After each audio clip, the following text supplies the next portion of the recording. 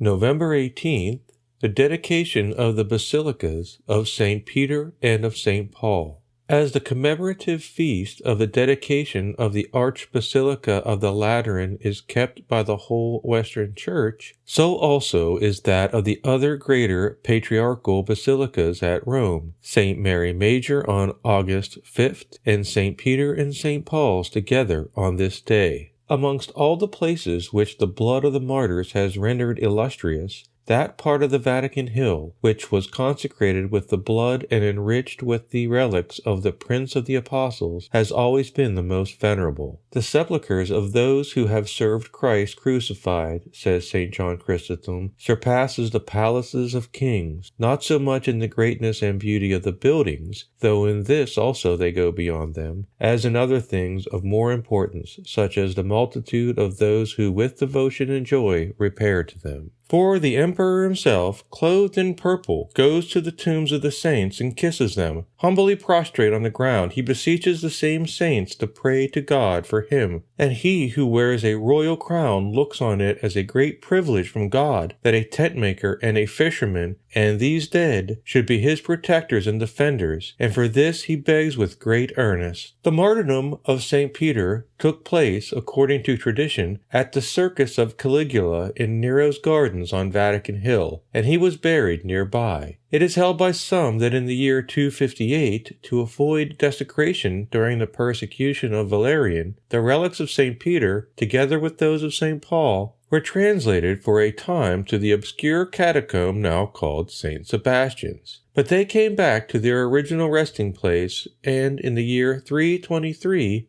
the Emperor Constantine began building the Basilica of St. Peter over the tomb of the Apostle. For nearly 1,200 years, this magnificent church remained substantially the same, a great papal establishment gradually growing up between it and the Vatican Hill. This was made the permanent residence of the popes on their return from the exile at Avignon, and by the middle of the 15th century, the old church was found to be inadequate. In the year 1506, Pope Julius II inaugurated a new building whose erection was carried on over a period of 120 years, undergoing many alterations, additions, and modifications at the hands of various popes and architects, especially Paul V and Michelangelo.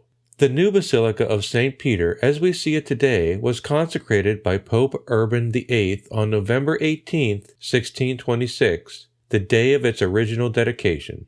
The high altar was set up over the Apostles' resting place, which until 1942 had been inaccessible for many centuries. Though St. Peter's must always yield in dignity to the Cathedral of St. John Lateran, it has nevertheless for long been the most important church of the world, both in fact and in the hearts of Catholic Christians.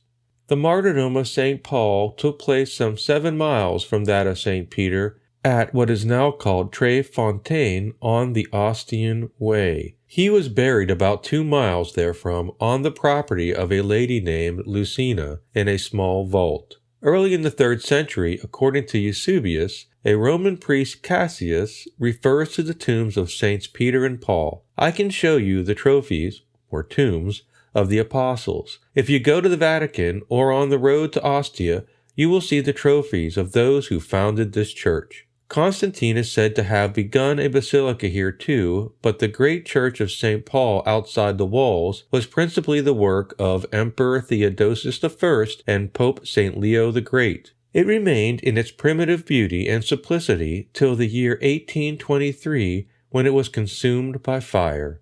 The whole world contributed to its restoration, non-Christians as well as non-Catholics, sending gifts and contributions. During the course of the work, the 4th century tomb was found, with the inscription Paulo, Apostle, Martyr.